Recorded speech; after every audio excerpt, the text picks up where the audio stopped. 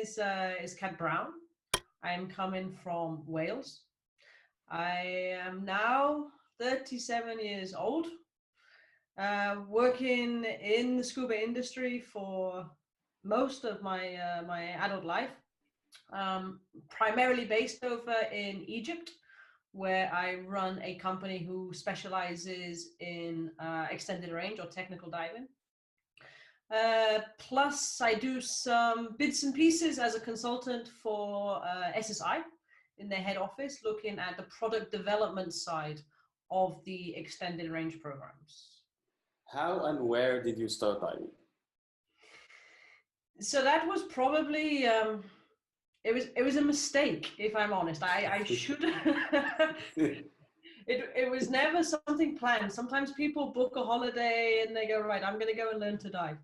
It was a little bit different from that for me, because actually, I mean, I was young. I was probably like 14 years old, and I remember it was the first family holiday I was going on, where my older sister did not come with us. And we were in Egypt, funnily enough. We were in Hurghada, in the hotel, and I think I must have been driving my parents crazy, just hassling them and bugging them because I was like the only child. In the swimming pool in front of us, there was a free tri dive going on, and so my mother was quite keen to push me towards that. I think so they could get peace and quiet for at least half hour. And I was always active. I was always young and sporty. So I was like, yeah, of course. So I went to the instructor over there, went into the pool, did a tri dive, and loved it. You know, even in the swimming pool where you see nothing, loved it. And then that was it for the rest of the holiday. I did sort of entry level training. I did some continuing education. And that's how I got into diving. I mean, my family at the time were not divers. Nobody I knew was divers, so it was a little bit odd. It was very random. It was very unplanned, and you know, who would have thought that at that point in time that was my pathway, that was my career. What did you like the most actually when you start your first entry level course? No, if I'm honest, as I said, I mean, I was always quite active and sporty anyway. And I think, if I'm honest, because I was only 14 years old, this was suddenly then an activity that I could do without needing to have your parents with you. You could do it. There was no challenges, let's say, physically, you know, it wasn't competitive. And maybe because, you know, it was the Red Sea. And once you dipped your head under, and then you have all the marine life there, right? You know, so for a kid of that age, being able to be independent and do something and get a reward at the end of it as well.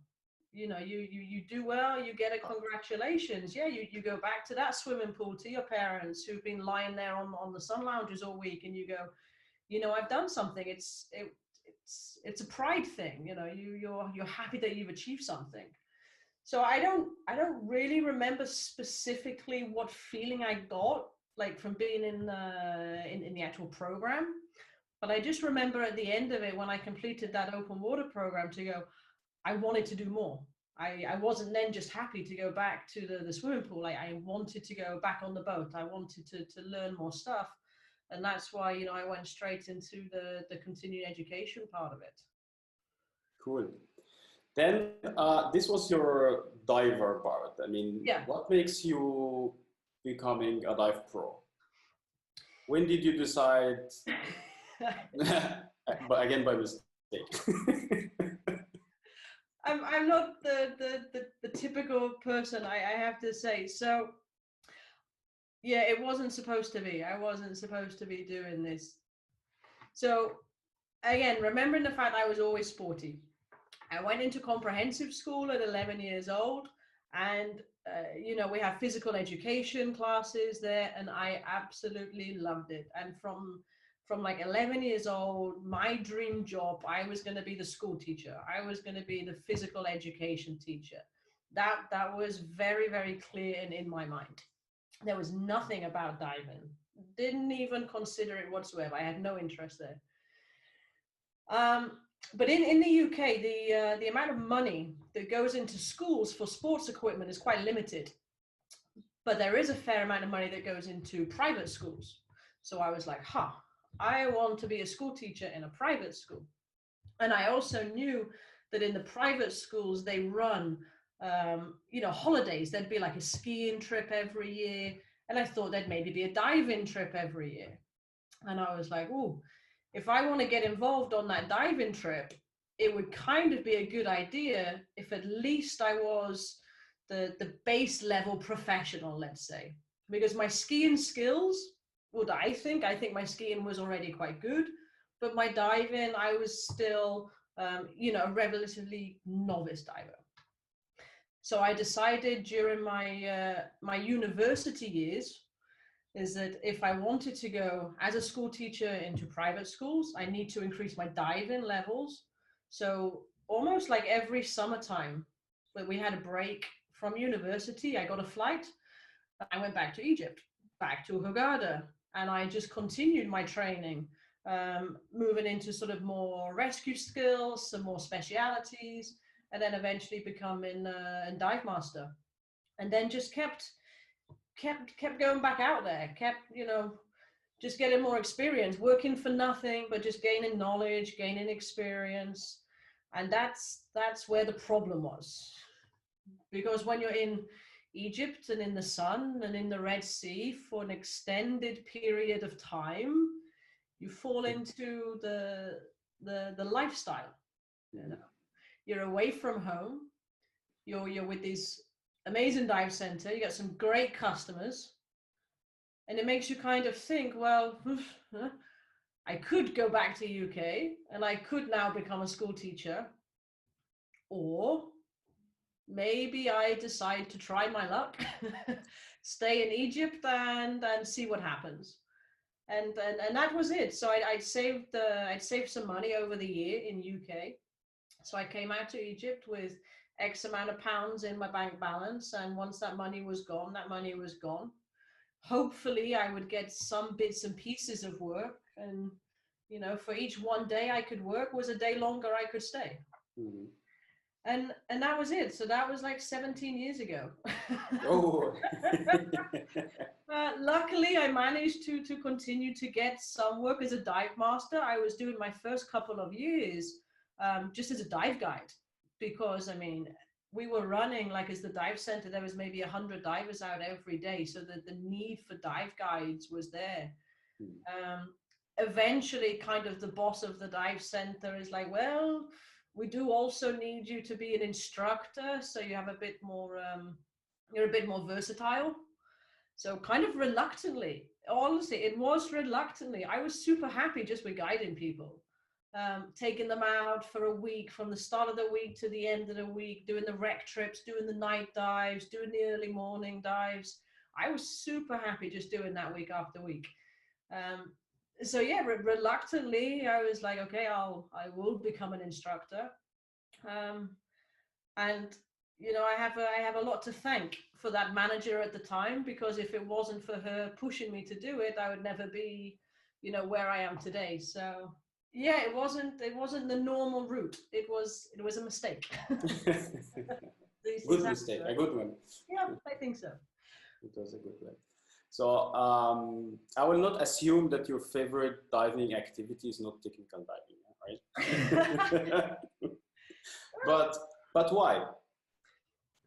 It kind of follows suit. That becoming a technical instructor also was not planned. And this goes back to my time working as a dive guide. When we were working as a dive guide, every now and then you would have divers coming on and they were diving with twin sets. Sometimes you would have divers coming on and they were diving with a rebreather, a semi-closed rebreather. I had no idea about those different equipment configurations. I had no idea. Neither do most people who's in recreational. They don't really know. But I felt as though, how can I do my job well as a dive guide? How can I assist them if I don't really understand what they're using? And so that's kind of why I made my first course. Not because I wanted to dive deep, not because I wanted to do long, not because I wanted to carry more tanks, just to give me some type of clue about the equipment configuration that these people are using. So at least if they're on the boat and I can see that they're doing something wrong, maybe I can help. Or if they ask me a question, maybe I can help. And that's kind of how it started. What I then got from that after I made my first course as a diver level, it was nice to gain more knowledge again. It was nice to be challenged. And the first program in extended range, where the first time you're carrying the double tanks and the stage, it is physically challenging a little bit. It's mentally challenging. It completely changes the way that you're diving. You need to have this discipline again. And so, yeah, it was nice to have those challenges again. So the end result was, I gained the knowledge, but then I personally wanted to then do the next program to continue to challenge myself.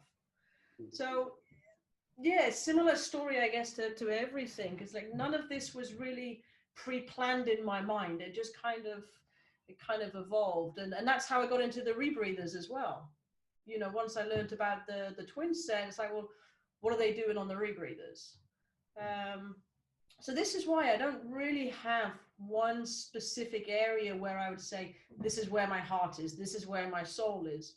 I've got a good enjoyment, I think, of all of it, actually. And that's maybe, why it's developed in such a way. Mhm. Interesting. If I'm a recreational dive pro and I would like to become a technical dive pro as well, um, what is the route? I mean, how can I start, and what are your advices to become a good technical diving instructor?